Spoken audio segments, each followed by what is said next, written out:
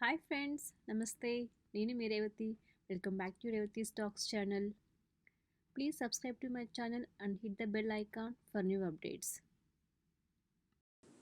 ఈరోజు తోటాకు పప్పు ఎలా చేయాలో ఈ వీడియోలో చూద్దాము. ఇలా ట్రై చేసారంటే ఇది చపాతీలేకి అలాగే రైస్ లేకైనా చాలా టేస్టీగా ఉంటుంది. వేడివేడి అన్నంలో కొద్దిగా నెయ్యి వేసుకొని తింటే చాలా రుచికరంగా ఉంటుంది. ముందుగా ఫ్రెష్గా ఉన్న ఒక తోటకూర కట్టు తీసుకున్నాను. తర్వాత ఒక చిన్న గిన్నెలో కందిపప్పు 100 గ్రామ్స్ తీసుకొని 5 నుంచి 10 నిమిషాల పాటు నానబెట్టుకోవాలి. తర్వాత ఆకు బాగా క్లీన్ చేసుకుని సన్నగా కట్ చేసుకోవాలి. ఇలా కడలతో సహా వేసుకుంటే ఆకుకూర చాలా మంచిది. ప్రెషర్ కుక్కర్లో మనం ముందుగా నానబెట్టుకున్న కందిపప్పు, అలాగే కట్ చేసుకున్న ఆకు, 5 నుంచి 6 దాకా కట్ చేసుకున్న పచ్చిమిర్చి, ఒక మీడియం సైజ్ టమాటో, కొద్దిగా చింతపండు, ఒక స్పూన్ సాల్ట్, ఒక స్పూన్ ధనియాల పౌడర్,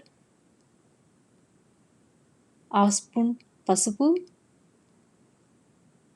2 గ్లాసెస్ వాటర్ యాడ్ చేసుకోవాలి. తర్వాత కుక్కర్కి మూత పెట్టేసి స్టవ్ మీడియం ఫ్లేమ్లో పెట్టుకొని 5 to 6 విజిల్ వరకు పప్పు విజిల్ పెడితే సరిపోతుంది. తర్వాత ప్రెషర్ చల్లారిపోయాక ఇలా లైట్గా స్మాష్ చేసుకుంటే పప్పు సరిపోతుంది. తర్వాత ప్యాన్ పెట్టుకొని 3 టేబుల్ స్పూన్ ఆయిల్ వేసుకోవాలి. కొద్దిగా ఆవాలు, అలాగే కొద్దిగా జీలకర్ర, కొద్దిగా మినపప్పు, అలాగే కొద్దిగా పచ్చిశనగపప్పు వేసుకోవాలి. 3 ఎండుమిర్చి వేసుకోవాలి. పోపు దినుసు లైట్గా ఫ్రై చేసుకోవాలి కలర్ మారేంత వరకు. అలాగే కట్ చేసుకున్న ఒక ఆనియన్ వేసుకోవాలి.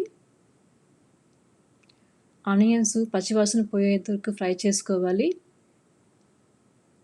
కొద్దిగా కరివేపాకు, ఇలాగ కలర్ చేంజ్ అయ్యేంత వరకు ఫ్రై చేసుకోవాలి. తర్వాత కొద్దిగా ఇంగువ, తర్వాత మనం ముందుగా స్మాష్ చేసుకున్న పప్పు బాగా మిక్స్ చేసుకోవాలి. ఇందులో ఇప్పుడు ఉప్పు, కారం టేస్ట్ చేసి ఏదైనా తక్కువ ఉంటే ఉప్పు, కారం, పులుపు అడ్జస్ట్ చేసుకోవాలి. మరి తిక్కుగా అనిపిస్తే కొంచెం వాటర్ వేసుకొని అడ్జస్ట్ చేసుకోవాలి. 5 నుంచి 10 నిమిషాల పాటు కుక్ చేసుకోవాలి. తర్వాత కొత్తిమీర యాడ్ చేసుకోవాలి. అంతే, ఎంతో టేస్టీగా ఉండే తోటకూర పప్పు రెడీ.